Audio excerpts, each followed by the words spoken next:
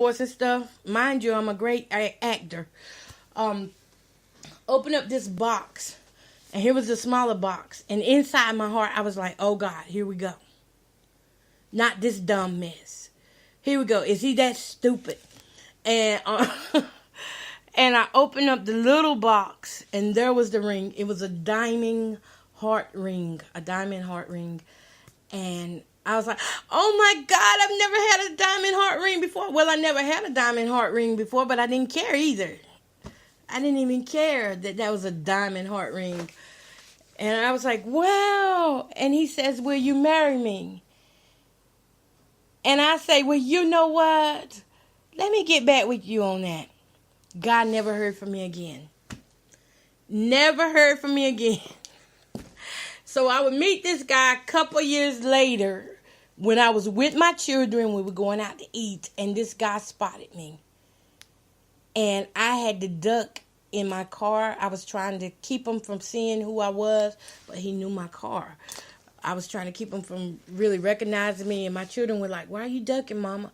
I said, "Oh, nothing." I had to play it off and stuff like that because at that time I think my children were like 16 and 17 years old. So I was playing it off, but reality was I was hiding from the guy that I ditched that had actually proposed to me.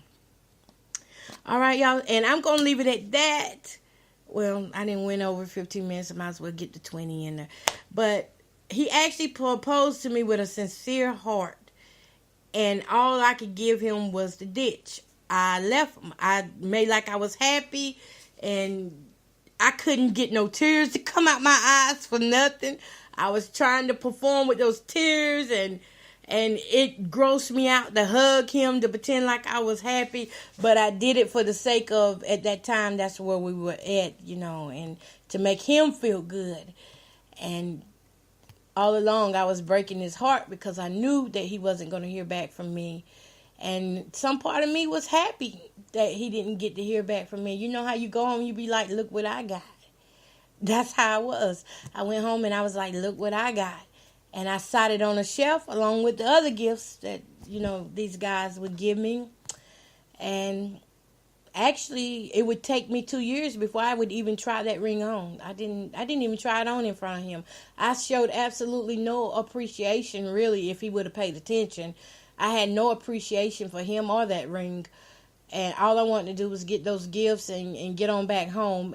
And, the ring just sat there on the shelf for 2 years. And I only put it on one time. And I think I was going to church when I finally started wearing it. But it didn't. The ring didn't remind me of him or nothing. I didn't feel nothing. I didn't feel no love, no affection. I didn't feel like I was wrong or anything. But now in this time and day who I am now, yeah, I feel bad about that. But it happened. It happened. And that guy, he was staring me, and he looked like he really could have whipped through me. When I saw him years later, I didn't speak to him. I kept it moving because that was the best thing I could do, was to keep it moving.